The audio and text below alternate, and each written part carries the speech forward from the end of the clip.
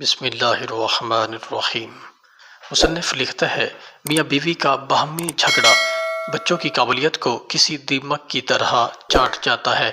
میں نے آج تک ایسے بچوں کو زندگی کے کسی بھی میدان میں کامیاب نہیں پایا جن کے والدین آئے روز جھگڑا کرتے ہیں، ایک دوسرے کو نیچا دکھانے کی کوشش کرتے ہیں۔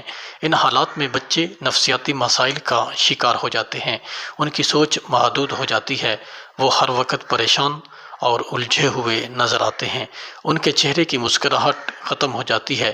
اس طرح کے بچے اپنے کلاس میں اپنے دوستوں یا فیلوز سے دور رہتے ہیں، تنہا بیٹھنا پسند کرتے ہیں، ٹیچر پر یا اپنی اسٹڈی پر فوکس نہیں کر پاتے، کیونکہ ان کے ذہن میں ہر وقت وہ آوازیں گونج رہی ہوتی ہیں جو وہ روزانہ گھر میں سنتے ہیں۔